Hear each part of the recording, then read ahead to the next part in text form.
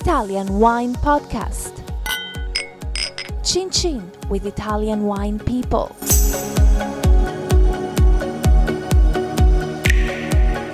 This is the Italian Wine Podcast. My name is Monty, Waldin, and in the studio today is Francesco Zonin of Zonin 1821, with your Italy's largest privately owned wine company. We are. He says very modestly. No, I just read it on the newspaper, so must be right. What we thought we'd do today is talk a little bit about, because the Zonin family have interest in Virginia in the USA. Yeah, correct. And you've lived there. I did, yeah. It's we didn't buy a winery. It was 1976. So it was actually one of the first attempts of modern viticulture in the East Coast and especially in Virginia, because the first real attempt was done by President Thomas Jefferson, thanks to an Italian from Tuscany.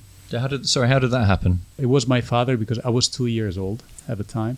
But my father was, in the 70s, he was already traveling around the world to discover different wine places around the world. So Australia, New Zealand, Brazil, Argentina, Chile, California. And on the way back from California, at the time, there was no direct flight. So you had to fly to London and then DC and then to San Francisco. So on the way back, he had a friend from Vicenza who lived in Charlottesville. So it's okay, on your way back, anyway, you have to stop. So why don't you come here and remember that Virginia has a big part on the history of viticulture in the U.S. So he went there, fell in love with a place. He saw a great potential in terms of quality. So it was a sheep farm at the time, and then we transformed it into a wine estate, and it's now the leading winery in Virginia. Virginia is now 285 wineries, so it's more or less as big as Montalcino in terms of numbers, and it's growing in terms of perception and overall quality. So when you fly to the USA, but with your selling Zonin Italian wine hat on? Yeah, we also have an import company. So we import all the wines that my family produce in the 9 wineries in Italy, and it's based in Miami. So in terms of, obviously in Italy, wine and food, it kind of happens automatically. How is it different in the USA when you're presenting potential consumers with wines made from Italian grape varieties that possibly are unfamiliar to them? And how are they going to match that with American cuisine? It's a very interesting question. I think it's, I wouldn't call it a big difference, but it's a psychological difference, I think, the way we live wine in Italy compared to the US. Because if you ask an Italian, and I'm not talking about the wine lover, the 3-5% of the market. But if you ask an Italian, just imagine a glass of wine. In his mind, the glass of wine is on a table surrounded by bread, maybe some pasta or some food. If you ask an American, maybe there is a glass of wine, maybe in the middle of a vineyard, and food is maybe there, maybe not. So I think one of the things is changing around the world, that even the style of wine, it's going toward the wine and food pairing. Wine is not perceived anymore as something that it stands on its own, but it's more part of a food culture. I think we cannot think of a wine culture without the food culture.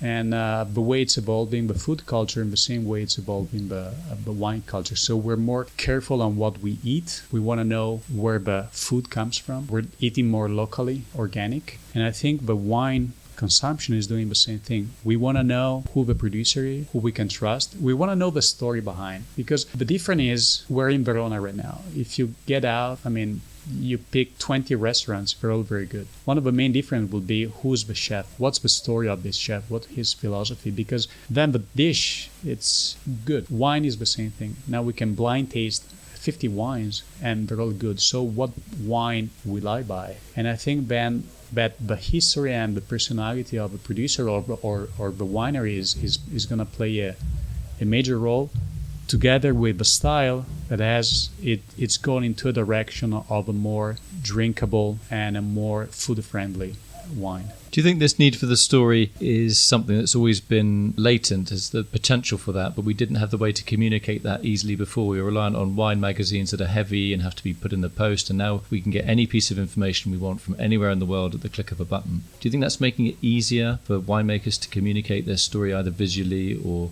with audio, with photography?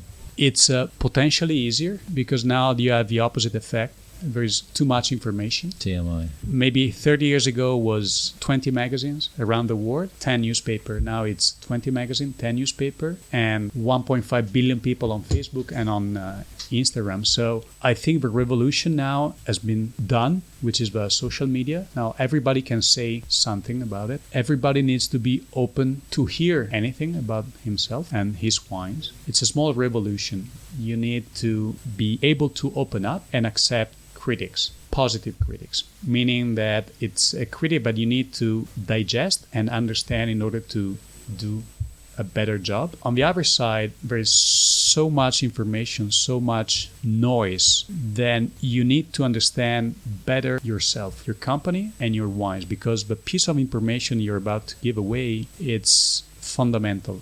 Because there's so much noise, but everything you say has to have a meaning. You're not allowed anymore to say something just because you need to say something. Now you say something if it makes a difference, if it has a meaning. Because people now, on the other side, there is so much noise. People are not willing to hear you anymore. They want to listen to something interesting. So if you don't have something interesting, a good wine is not enough anymore. A good story is not enough anymore. You have to tell it in the right way, and it's a challenge because it's completely new. Because wine has always followed a market opened by many different companies or bigger company compared to the wine industry. So we always follow an example. Now, basically, we are entering a new world, social media, or communicating every day your product. And it's never been done in the past. It's a challenge for everybody, being Procter & Gamble and being a very small retailer and being a very small wine producer. And I think it's fantastic.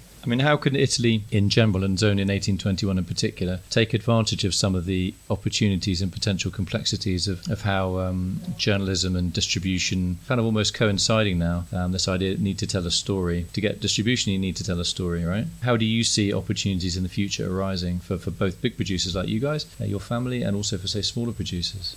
Well, I think being an Italian, I think we have two gold nuggets that we need to play. And one is basically our wines, 600 local varieties, 400 and some appellation. It's complicated, but it's unique. So either you can look at it the negative way or in the positive one. Positive means that you can tell something new basically every day for the next 10 years. And if you look at Australia, South Africa, Chile, Argentina, they have a great potential, but not in this area. The second one is the story you can tell, because you can taste a very good wine, especially in a new wort. And what's the story behind? It's a first generation story. Here is, I don't know, I think Payoff or Santinori is 26th generation. But base in Italy, it's 3, 4, 5 generation. So we have an amazing story to tell on so many different topics: the area, the appellation, the variety, the viticulture. So this works for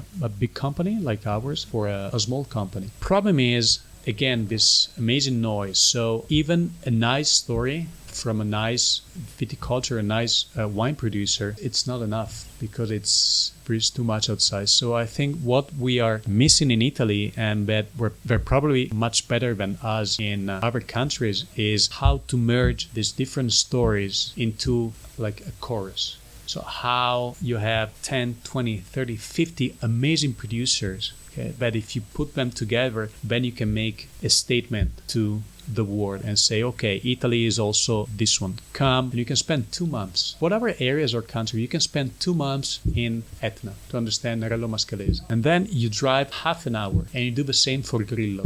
Then you drive half an hour and spend 2 months talking about Insolia. And then you can spend 6 months talking about Nero d'Avola. And then once you're done, you take a ferry boat and you go to Calabria and you do the same. Then you go to Puglia, to Basilicata, to Molise. I mean, it's never any potential. The only problem, the only limitation I see is if you leave it, every producer on its own, he's going to do a good job because we always demonstrated that we can do it, but doing it in a different way that is the opposite of our philosophy. The first time I went to a university, I studied business. One of the first lessons my professor told us, the class, that, in Italy, the number of shareholders in a company, it's always odd. And 3 are too much. I think it's the the only big limit that Italy is facing right now. We need to work as a country. We need to make a statement. And Italy is a good example. If you want to turn the Chinese market around for Italian wines, we need to go there as a country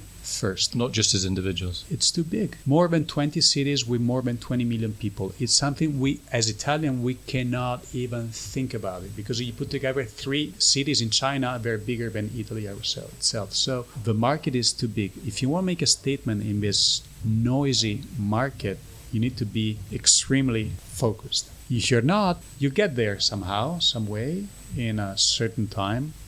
But we need to learn sometimes, because, again, the great thing we have, other producers from around the world, they cannot learn how to grow Nero d'Avola, Insoglia, Carillo, Catarratto, Negro Amaro, just because they're not sure that the terroir they have, it's good for these varieties. So they cannot get where we are, but we can get where they are in terms of promotion. So we need to, make a step down. It's okay. We're Italy. We're number 1. We're very good. We have thousands of years of a history on winemaking. In terms of promotion, let's learn something from our neighbors. Francesco Zonin of Zonin 1821, thank you for those insights on marketing Italian wine in this ever-changing and ever more complex environment of communication, global communication. I'm sure you individually and your family collectively will be able to crack it and enjoy even more success.